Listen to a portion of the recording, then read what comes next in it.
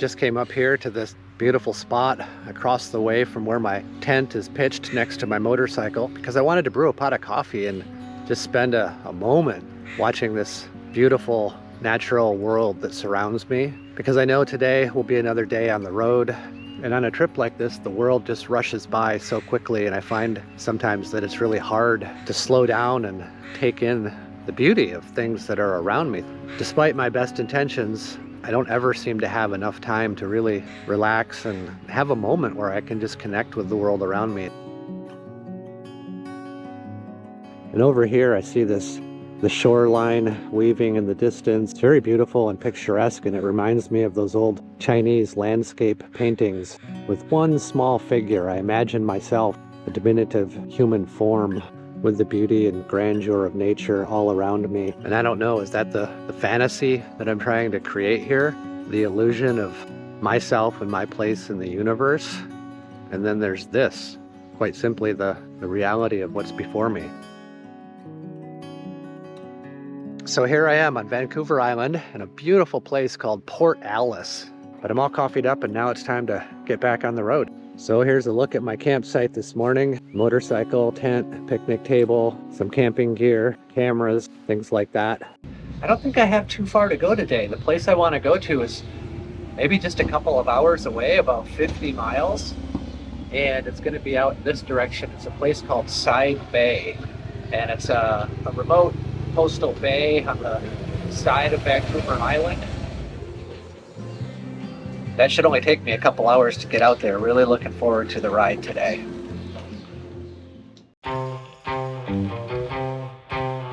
I put all kinds of things in here that I thought I would use on the road for cooking these delicious gourmet meals in the backcountry. Here you can see everything that I've been carrying with me. I have been using the coffee, hot sauce, electrolytes, tapatía, relish, all kinds of stuff.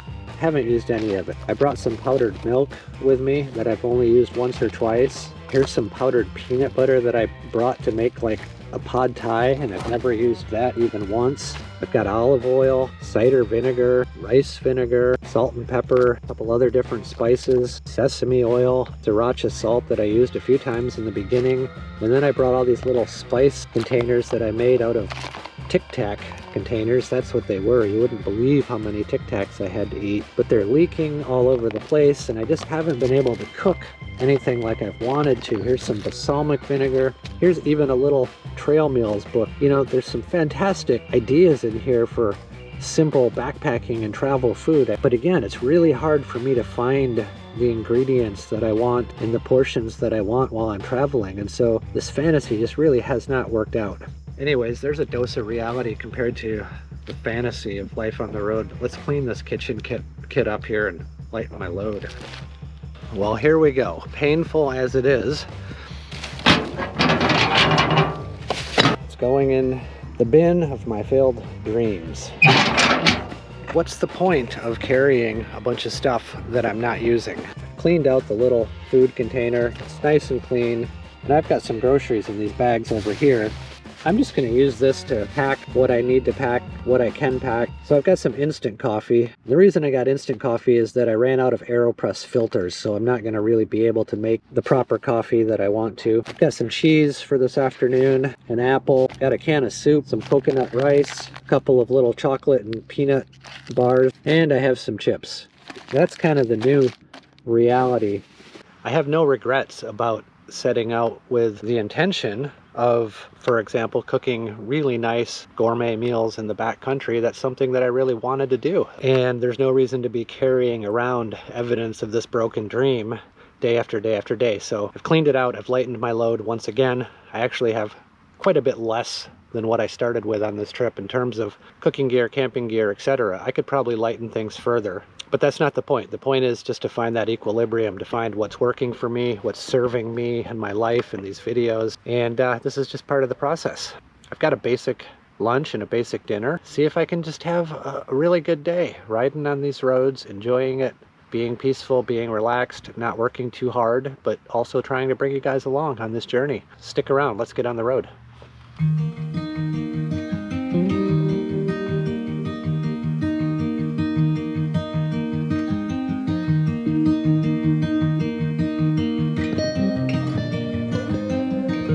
I came down to the beautiful little harbor here because I just wanted to go out on the dock and relax and kind of take in the scene and take some pictures. And then when I went to leave, the door was closed and it was locked, and I really have to go to the bathroom. And so I had to call over to some people on the other dock and explain the situation. And they went up to the marina manager who lives here, but she doesn't have keys for this. And so she had to call somebody who came down on a bicycle and opened the door for me. Got myself out of a little pickle. Could have spent the afternoon on the docks of Port Alice, but that's not going to happen. Now I'm going to get on the bike and ride, and I'm going to try to make some time and head out towards the coast. You know, it was really sad for me to let go of some of my kitchen and food things like that. Those little Tic Tac containers, I spent hours removing all the Tic Tac labels, cleaning them out and all of that.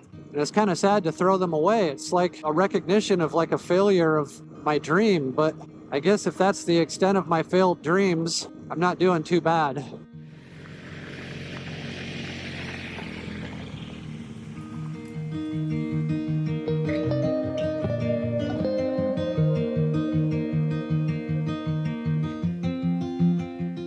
Chugging along up a big hill now. I've been riding next to this beautiful lake all morning so far.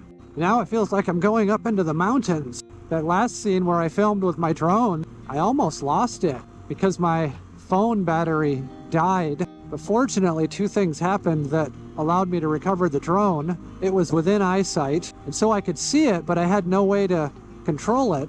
And then when I touched one of the controllers on the joystick and saw the drone move, I realized that the remote controller has its own separate battery and it was still working. I don't know what I would have done if the drone would have been out of sight. I suppose as the battery got lower, the automatic return to home function would have kicked in and it would have returned to where it was that I launched it from on the side of the road. But I had traveled, half a mile or a mile since then and didn't exactly remember what that spot was like. I would have had to have just waited until the drone returned to home and then driven down the road, just looking on the side of the road to see where it landed, hoping that it wouldn't have gotten hit by a logging truck in the meantime. These are the kind of things that I deal with as a motorcycle travel filmmaker, at least the way that I try to make my videos. And holy cow, it really adds up to a lot of work. I'm constantly running out of batteries or dealing with GoPro camera malfunction issues, drone issues, so many things to keep track of at all times, so many balls to juggle. And then you add to that the normal challenges of motorcycling and navigation, camping and cooking, finding places to camp, keeping myself from getting lost, keeping my bike running. It really adds up to being truly one of the most difficult things that I've ever done in my life. And I suppose on some levels, that's always what's appealed to me because it's been such a challenge. And then at other times, it feels like it's a challenge in a really negative way, like too much of a challenge. Just look at that little bear right there. Oh, did you see that? That was a bear cub, a black bear. I'm thinking of calling this series Dirty, Tired, and Hungry, or something like that, because that really seems to be a theme of this trip for me. Being on the road for this long and being in these really remote places, that's kind of what it's like. That's a more true picture of this reality, camping and all of that stuff. My fantasies of crafting a cinematic masterpiece have been dashed by the reality of the ride, and I'm learning to accept that. I make every effort that I can to film things with my Fuji mirrorless camera, and I think I've been able to get some really beautiful, astounding footage so far. And as you see this footage, you'll understand what I mean when I say that it presents this trip in a very specific, beautiful way. On the other hand, there's cameras like the GoPro that I'm using right now, which really sort of excel in capturing the immediacy of the moment. Look at that little bear right there. Those are two completely different ways of filming a trip like this, and I'm not saying one is better than the other, but I am saying one of the difficulties I faced and I'm realizing is kind of resented, having to use the GoPros and tell the story that way. Maybe as I continue down the road here, I'll use my GoPro to just sort of tell the story with the GoPro camera, but then I'll maybe try to get some of the other beauty captured in a different way as best I can. And I won't have to feel bad that I'm not doing a good enough job on that level, because actually I'm sort of embracing two different aspects of this journey, the fantasy and the reality. You know, it's just such a contrast between capturing what I can on the road, the immediacy of the experience with a GoPro, and then scenes like this morning at the marina that are more reflective and peaceful and calm and cinematic. And the two don't always go hand in hand. Sometimes it's hard to be a filmmaker at the same time as an adventure motorcyclist. Surviving the ride is goal number one. Not being overwhelmed by the difficulties and challenges of, right now, navigation.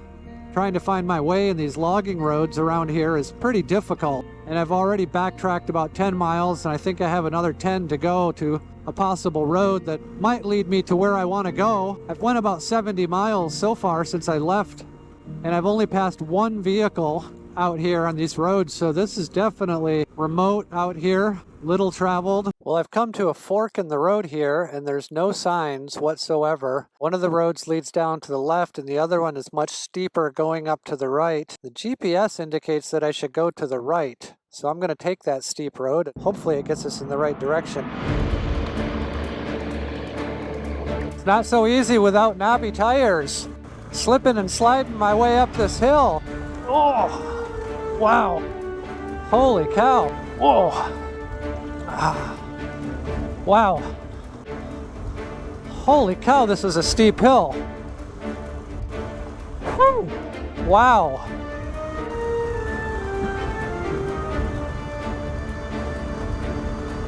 Wow, that was nerve-wracking. Holy cow, that was steep. And I don't exactly have knobby tires. And then you have these water dugouts. Oh my goodness. Whoa. All right, gotta calm down here. That was one long, steep hill. I'm shaking. I just question if this is the right road. I'm kind of scared to even go back down that hill. That was so steep. I feel like I have to be on the wrong road. I should have taken the other one. Wow, just going down that, I feel like I'm going to be slipping and sliding and dog paddling all the way down, trying to hold my speed back. Now I got to go back down without dumping my bike. It's going to be a challenge. Okay, let's go down carefully. Maybe it won't be as bad as I think. Yeah, this is probably an 18% grade at least. And I'm sure there's no way that the GoPros can convey how steep this is, but this is one of the steepest roads I've ever been up on. It's a testament to the traction of these 70/30 Continental TKC 70 tires that they were even able to get me up this hill. I am just inching my way down. Now I've got these little water things to go through here, which were kind of a challenge. I think I'm just gonna have to kind of get some speed. There we go, kind of like that. I'll try to stay in the center of the road where there's a little more traction. This is like marbles. The only thing that could possibly convey the steepness of this hill would be a drone showing it from the side. But that's the last thing I want to be worrying about right now. Wowzer. And I rode up this thing. Holy cow. You can just hear my rear tire skidding along back there. Look at this, just goes on forever. You know, I guess it's one of those things where once you get going on a hill like this, you just don't want to stop because it would be very difficult to get going again. And so once I got going, the last thing I wanted to do was stop, and I didn't until I made it all the way up there to that level spot. But I can't believe I climbed this whole thing. All right, well, that wasn't so bad. I made it back down here. I might have to stop and shake my arms out. Well, that just goes to show you how quickly things can change on a trip like this, and suddenly you find yourself in an adventure. Well, I hope I got a shot of that bear with the GoPro. He was pretty close. Good-sized little fellow, black bear, just ran into the woods. Well, this is real adventure, folks, at least for me. With my confidence restored that I'm actually on the main route, I'm able to relax and get back into the flow of the journey and appreciate this ride through the forest. I'm not really actually riding on the most difficult roads imaginable, and yet this trip has really been a challenge, not because of the difficulty of the roads per se, but a variety of other factors. These roads are really remote, and so navigation is a challenge, finding services and fuel and food is a challenge, finding places to camp is a challenge. And so while this trip has been, in a lot of ways, difficult and challenging, in part also because it's a very long trip. Approaching day number 40 on the road, riding solo. I'm tired, I'm dirty, I'm hungry, I'm sore. I'm making videos every day. I'm trying to do the best job I can with those. You add all that up, and that's the challenge. And that's what I'm hoping to portray or convey to you guys, is some of the reality of this kind of trip. If you're a motorcyclist, what to expect, the challenges of documenting it or filming it, just because that's what I do, and hopefully some of you find that interesting as well. If you set out to document your own motorcycle adventures, it's going to be a challenge.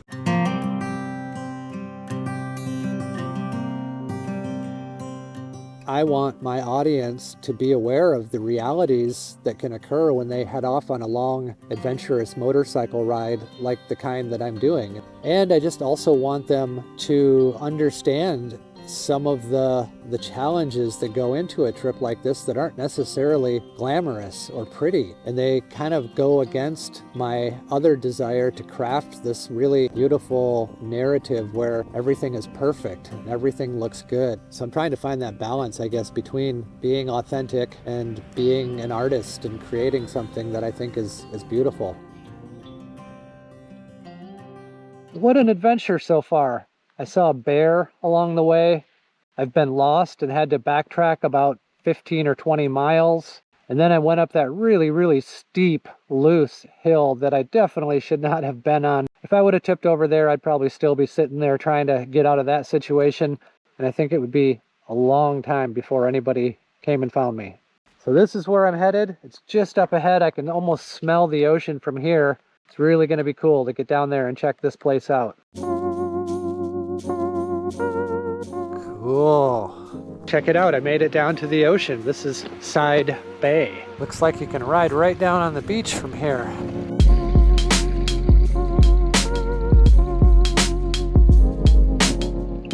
I finally made it out here this afternoon after a few snafus along the way, but check this out. This is the Pacific Ocean. This is a place called Side Bay. Very remote out here, but I'm really gonna have a good night camping, and I found a spot just over here, so I'm just gonna have to drive down through the sand to get to my campsite.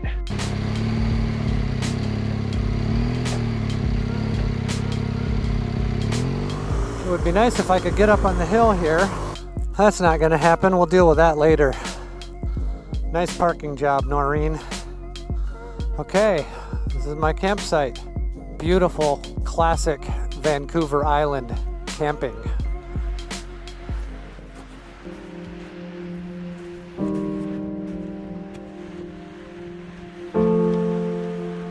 There is a look at Side Bay here in the northwest corner of Vancouver Island. A really beautiful place.